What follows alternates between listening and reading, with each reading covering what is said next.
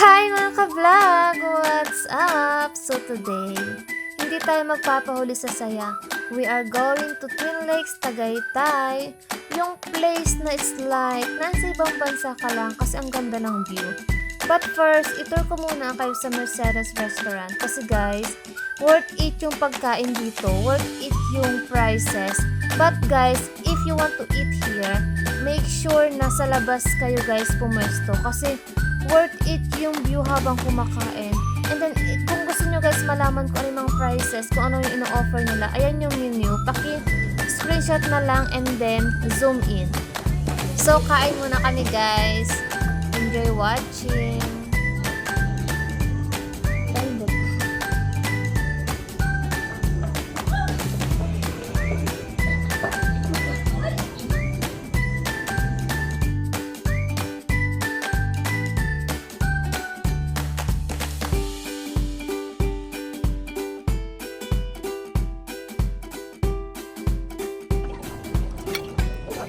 Worth it talaga guys kapag pumunta kayo dito kasi talagang mag-enjoy kayo and may enjoy nyo yung tanawin ng Taal. Tapos yung best part pa dito guys is kapag pumunta kayo dito sa isa sa mga sikat na resto like itong Mercedes, alam kong mapapasabi kayo ng wow, it's worth it. Kaya kung handa na kayo makita at matikman ng mga best finds dito, let's go!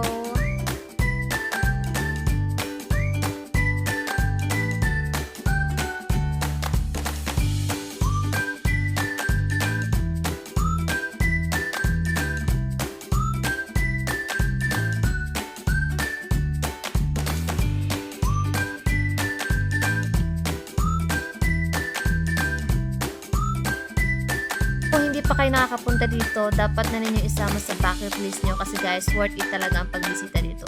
But before matapos ang ating vlog na ito, huwag kalimutang mag-like, mag-subscribe at i-turn on ang notification bell so palagi kayong updated.